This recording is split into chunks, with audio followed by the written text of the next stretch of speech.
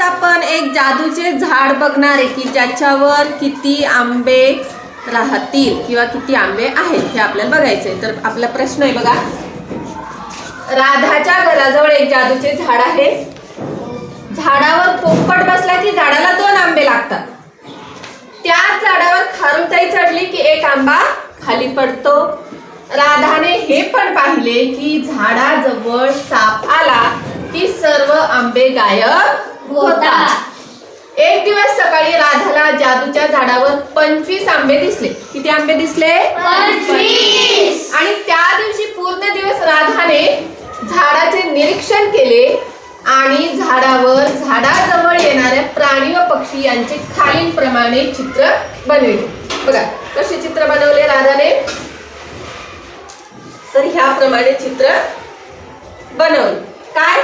अगोदर 4 पोपट, मग खारुताई, पोपट, साप, खारुताई, पोपट, खार, पोपट, खारुताई याप्रमाणे 3 चित्र बनवले। हे चित्र एकदा व्यवस्थित बघा आणि मग सांगा की वरील चित्राप्रमाणे ये जा झाली असल्यास दिवस अखेर जादूच्या झाडावर किती आंबे असतील? करा विचार। पहिले झाडावर 25 आंबे होते। 25 मध्ये 8 मिळवले 33।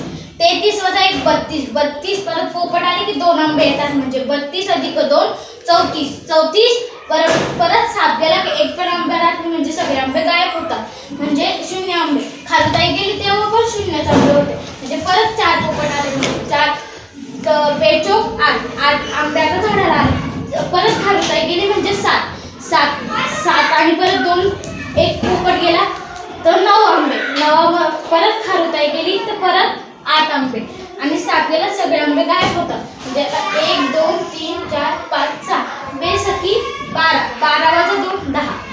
Very good.